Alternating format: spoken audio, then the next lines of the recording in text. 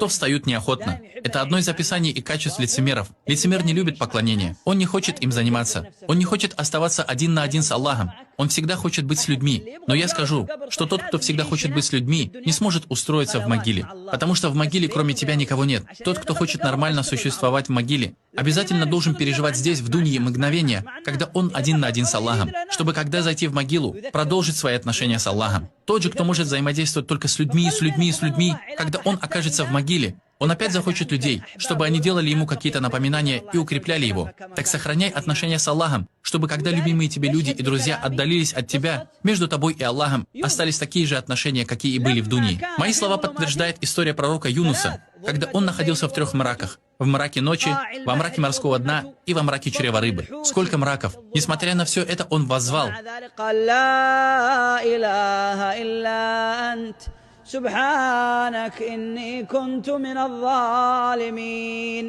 Ученые сказали, слова «Ля иляха илля и Субханаллах» решают проблемы.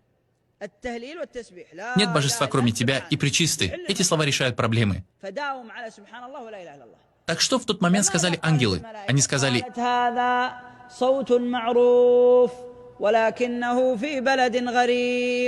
ангелы не знают сокровенного.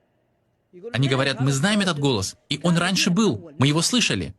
И сейчас мы его слышим, но не знаем, где он. И Всевышний Аллах сказал: это голос моего раба Юнуса.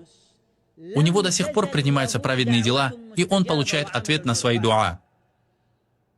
Потому что между ним и Аллахом были моменты, когда они оставались наедине в благоденствии, и когда наступила беда, между тобой и Аллахом эта связь остается. Это чрево рыбы словно могила. Представь, что ты в могиле. Если в дунье ты оставался наедине с Аллахом, тогда между тобой и Аллахом взаимная связь будет поддерживаться и в могиле. Посмотри, как поклоняются